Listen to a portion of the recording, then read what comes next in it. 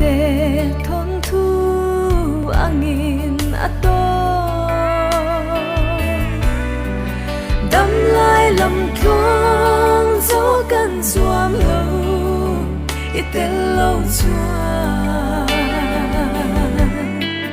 ít hai lệ rơi na vắng cần lấy dấu lâu lung lai ấp hang gió pa lung tu cần ngài chun ni a rei dẫn khoa say tôn mang si lâu sinh chân a har nghe ishai duat lai ma te idolom ni zua lâu ram dai chapin kan zo zele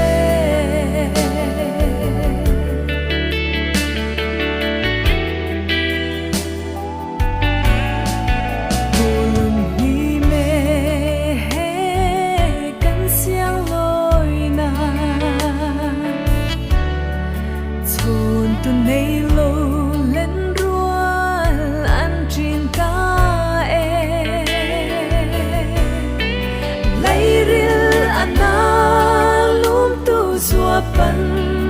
bia lấy a bê mất tiếng xuân mà lại tha awai dâu ta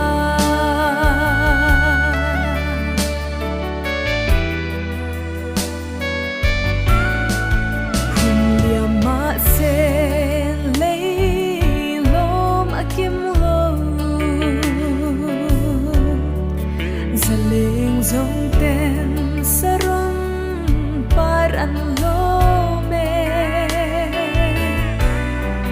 chun kim si lo thin lai at ni arang kan vai sing nun kal siam chapin kan zo zele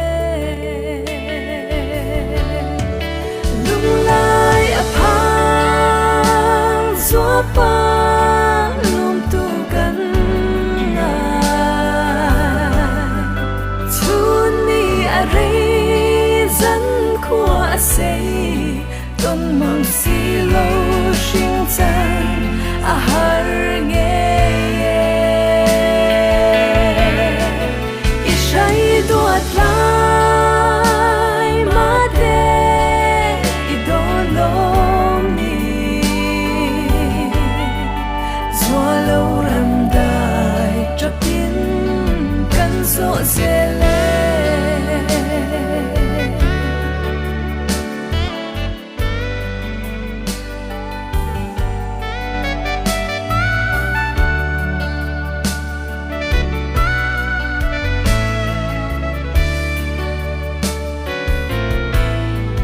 lei ram lung ngai kan